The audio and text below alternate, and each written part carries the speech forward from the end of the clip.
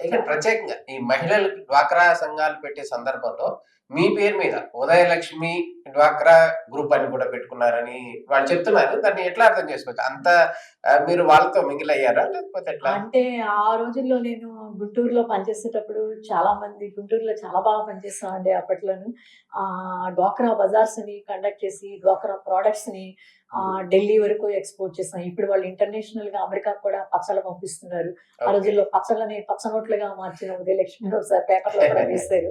ఇట్లా ఏవో ఫీల్డ్‌లో ఉన్నప్పుడు ఎంథూసియాజంతో ఎన్నో కార్యక్రమాలు చేపట్టాము. అప్పట్లో కొంతమంది మహిళలు వాళ్ళ గ్రూపులకి వినుకొండ, నూజిళ్ళ, మాచర్ల ఆ ఏరియాలో కొంతమంది పెట్టుకున్నారండి. మరి మీకెలా వచ్చిందో ఇన్ఫర్మేషన్ అవునవును. గాని వాళ్ళు పెట్టుకున్నారు పేరు.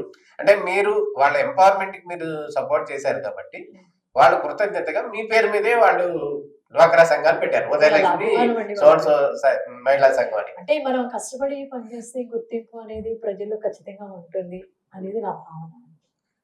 వాళ్ళు మన పేరు పెట్టుకోవాలని కాదు. మనం కష్టపడి మన జాబ్ మనము ప్రాపర్‌గా చేస్తే డెఫినిట్‌గా ఆ గుర్తింపు అనేది ఫరెవర్ మహిళ అవ్వచ్చు, పురుషుడవ్వచ్చు ఎవరికైనా